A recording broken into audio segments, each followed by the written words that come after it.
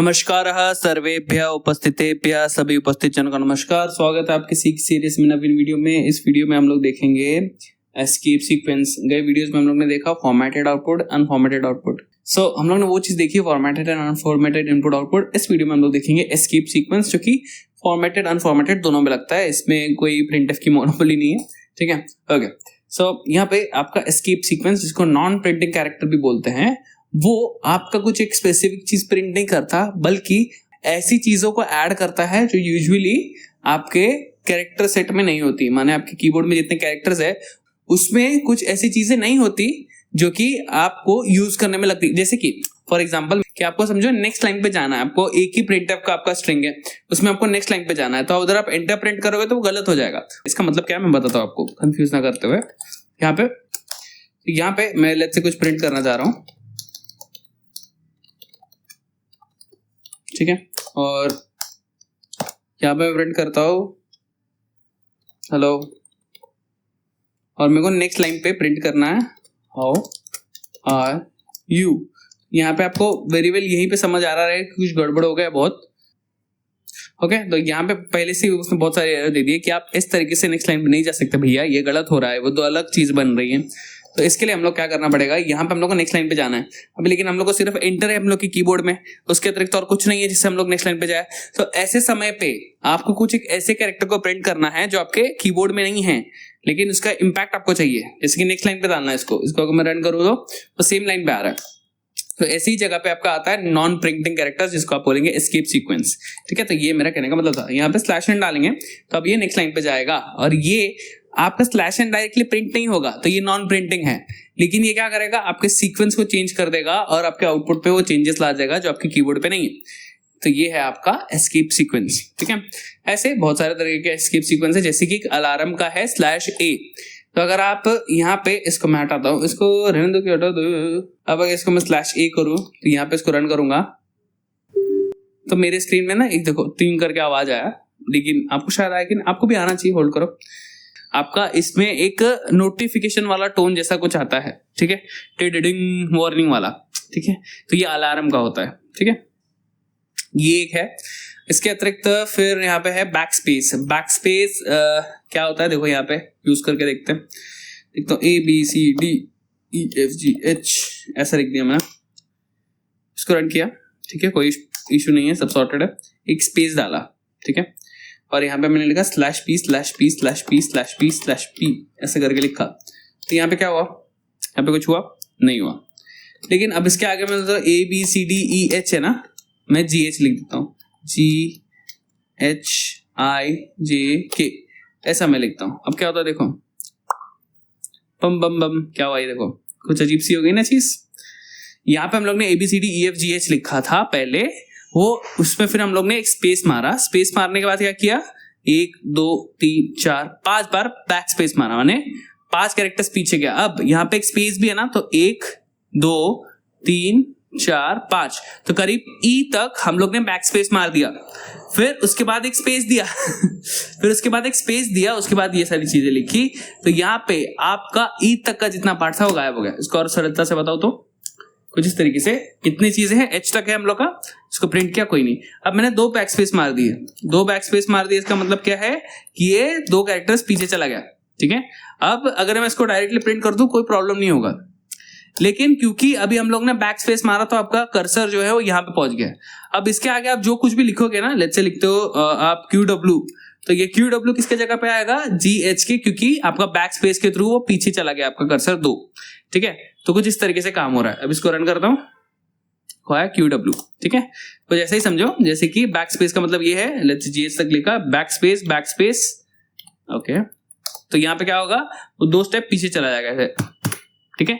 फिर यहाँ से आप कुछ टाइप करोगे तो वो उसके आगे लिखा आएगा और जो GH है वो गायब हो जाएगा। सिंपल सा बात है आपके बैक स्पेस का। होप सो आपको समझा हो, ठीक है। फिर इसके बाद नेक्स्ट क्या है अपने पास, फॉर्म फीड। ये फॉर्म फीड यूजुअली स्पेसेस छोड़ने के लिए होता है, ताकि आप का नेक्स्ट लाइन पे आप कोई डेटा को एंटर कर पाओ, ऐसा कुछ होता है। जैसे कि आपने लिखा, ऐसा कुछ आपने लिखा, फिर यहाँ पे आपने लेट्स से ये भी लिख दिया अर्पित। तो देखो कैसा हुआ, देखो, अरे वाह, एंटर योर नेम के बाद मैंने जब परसेंटेज एफ यूज किया तो उसी पॉइंट से आपका नेक्स्ट लाइन का जो है राइटिंग शुरू हुआ, जो कि यहाँ पे होना चाहिए था। तो ये फॉर्म फीड का बहुत एक इंपॉर्टेंट चीज मेरे को यहाँ पे दिख रहा है। इसको आप लोग स्कैनएफ में लिखेंगे तो भी ऐसा ही दिखेगा। लेट्स चेक, str डाल देते इसके अंदर। ओके देखो कितना अच्छे से, नहीं उतना अच्छे से भी नहीं, छोड़ो जान दो सॉरी चीज की आ गई मेरे को। ऑलराइट, तो इस तरीके से आपका गेटस काम कर रहा है और आपका फॉर्म फीड इस तरीके से काम कर रहा है प्रिंट करने के लिए। ठीक है, ये आपका फॉर्म फीड था। अब आगे बढ़ते हैं। नेक्स्ट लाइन हम लोग ने ऑलरेडी देखा है, ये रिटर्न कैरिएज, इसको हम लोग देखते हैं। ये आई गेस बैक स्पेस की तरह ही होगा, होप सो। अच्छा, रिटर्न कैरिएज आपके स्टार्ट में लेके चला जाएगा आपके कर्सर को, जैसे बैक पेस आपके पीछे लेके जाता था एक एक कैरेक्टर, आपका रिटर्न डायरेक्टली स्टार्ट पे लेके चला जाएगा। इसको देखते हैं, यहाँ पे चेक करते हैं। यहाँ पे लिखते हैं ABCDEFG तक, ठीक है, रन करते हैं।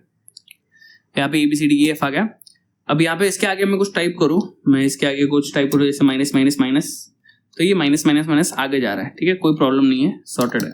अगर यहाँ पे मैं बैक स्पेस यूज करता तो वो 3 कैरेक्टर पीछे चला जाता, यानी वो FED यहाँ पे पहुंच जाता। फिर इसके आगे जब मैं ये लिखता डैश डैश डैश तो वो इन तीनों को रिप्लेस कर देता और उसके आगे लिखना शुरू करता। ठीक है, ऐसा हम लोग ने देखा। लेकिन यहाँ पे जो आपका रिटर्न कैरिएज है वो क्या करता है, वो आपके कर्सर को स्टार्ट पे लेके चला जाता है, यानी यहाँ पे लेके चला जाता है। तो आप कुछ भी लिखोगे वो अभी स्टार्टिंग से वर्ड्स को काटता आएगा। 2 दिया मैंने, देखो स्टार्ट कैरियर पे पहुंच गया था, ये 2 काट दिया उसने। ठीक है, रिटर्न कैरिएज आपके कर्सर को स्टार्ट पे लेके चले जाता है, तो इसके बाद आप जो भी लिखोगे वो स्टार्ट से रिप्लेस होता चला जाएगा। ओके, ये है रिटर्न कैरिएज। होप आपको समझा हो। आगे अपना रिटर्न कैरिएज के बाद टैब है, ये टैब यूजफुल है और दिखाते हैं। ठीक है, यहाँ पे लिखता हूँ ABCD फिर EFGH ऐसा लिखता हूँ।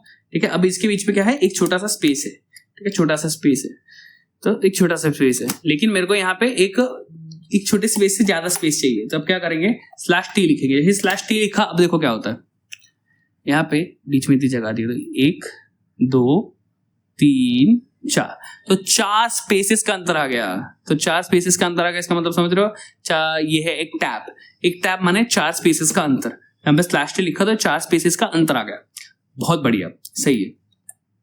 ये हो गया टैब के बाद ये वर्टिकल टैब मतलब क्या, नीचे के साइड टैब आना चाहिए, है ना। ओह वाओ, ऐसे। एनीवेज, तो यहाँ पे वर्टिकल टैब से समझ आ रहा है हम लोग को, जो आपका कैरेक्टर है जिस पोजीशन पे है उसी पोजीशन से ठीक नीचे वो आ जाता है, ये वर्टिकल टैब हुआ। ठीक है, बहुत बढ़िया, मैं इंप्रेस हो गया भाई। मैं तो वर्टिकल टैब उसी पॉइंट से नीचे धकेल देता है और उतना स्पेस को आपको छोड़ देता है। ये है वर्टिकल टैब, बहुत बढ़िया, मजा आ गया। यहाँ पे बैक स्लैश सिर्फ एक स्लैश डालूंगा तो क्या करता है, वो गड़बड़ करता है।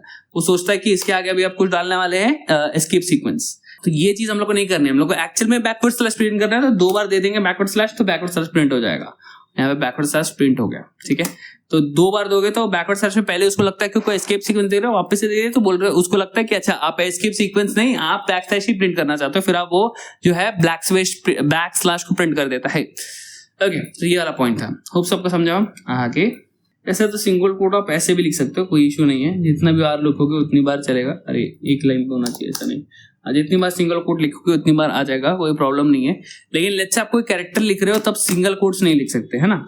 लेट्स से आप कोई कैरेक्टर लिख रहे हो तब उस पर सिंगल कोट्स आप नहीं लिख सकते। वैसे केस में आप स्लैश सिंगल कोट लिख सकते हो।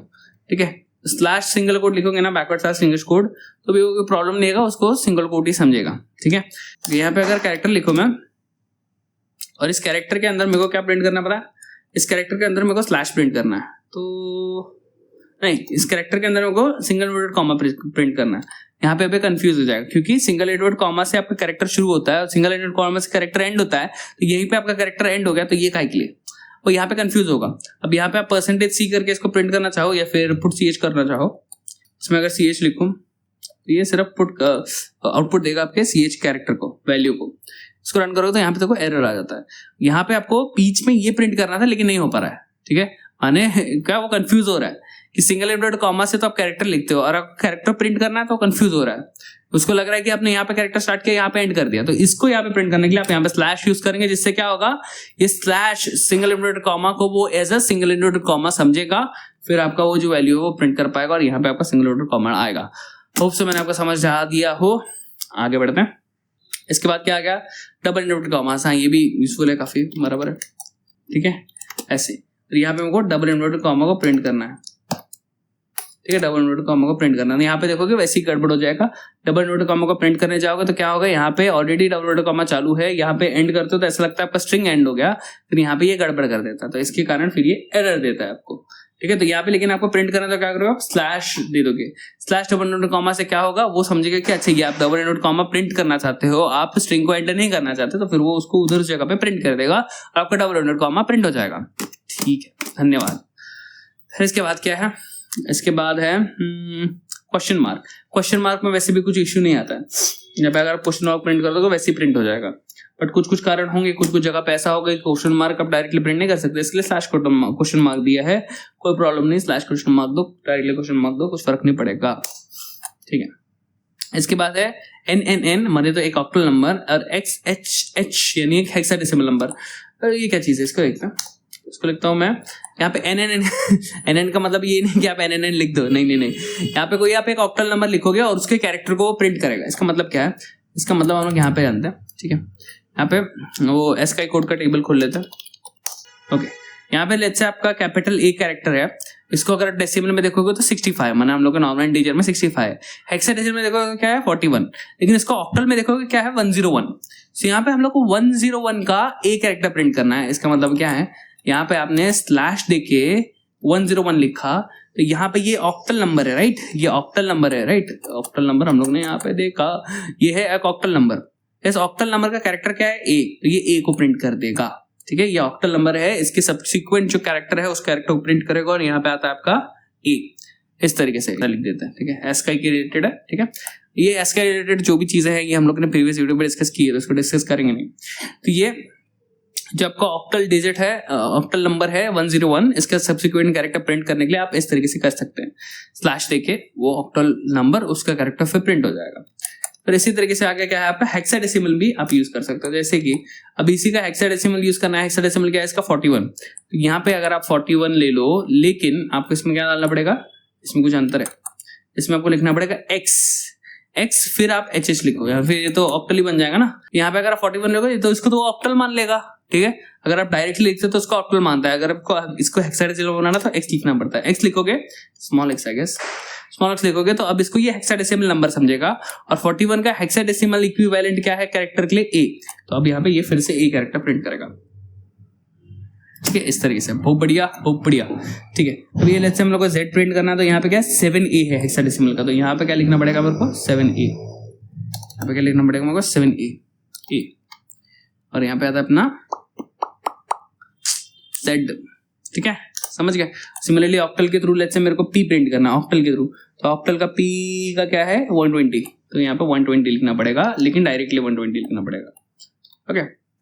तो इसका ऑक्टल का सब्सिक्वेंट कैरेक्टर प्रिंट हो गया P, ओके। आपको होप सो अभी जो ये समझ आ गया होगा। नल कैरेक्टर बहुत एक इंटरेस्टिंग चीज है।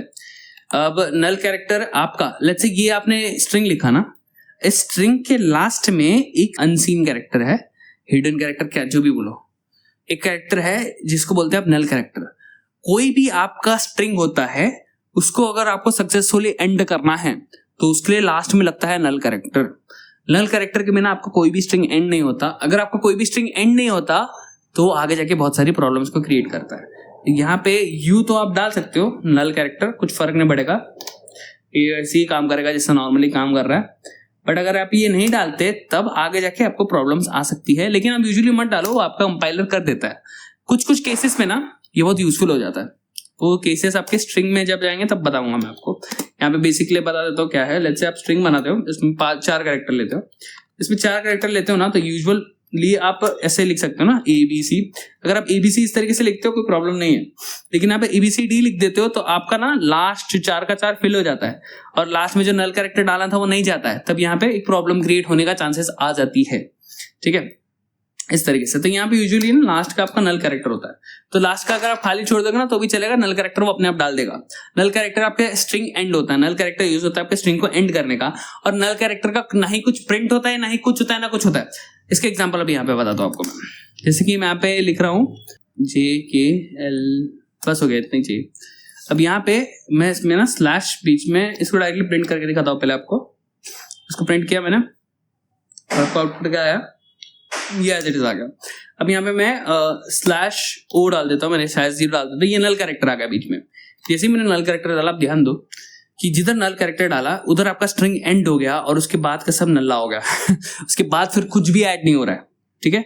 इसके बाद आपका स्ट्रिंग, इधर स्ट्रिंग खत्म हो गया ना, ये मैंने क्या बोला, नल कैरेक्टर आपकी स्ट्रिंग को एंड करता है, स्ट्रिंग को एंड किया और आगे वाला पार्ट प्रिंट ही नहीं हुआ, ठीक है। ये है आपका नल कैरेक्टर, बहुत यूजफुल है कोई कोई कंडीशन में, जब आपको चाहिए कि आगे कुछ भी ना प्रिंट हो, एब्सोल्युटली स्ट्रिंग वहां का वहां एंड हो जाए, तो आप इस तरीके से करते हो, फिर आगे का ये सब कचरा हो जाएगा और कुछ नहीं, ठीक है। तो ये है आपका नल कैरेक्टर, स्ट्रिंग को एंड करने के लिए यूज होता है। ओके, तो ये था आपका नल कैरेक्टर। इसी के साथ आपका इसकी सीक्वेंस खत्म होता है। गलती से आपने यहाँ पे देख के यहाँ तक रुक के वीडियो को देख लिया तो इसके लिए धन्यवाद। वंदे मातरम, संपूर्णमिति इति संपूर्णम।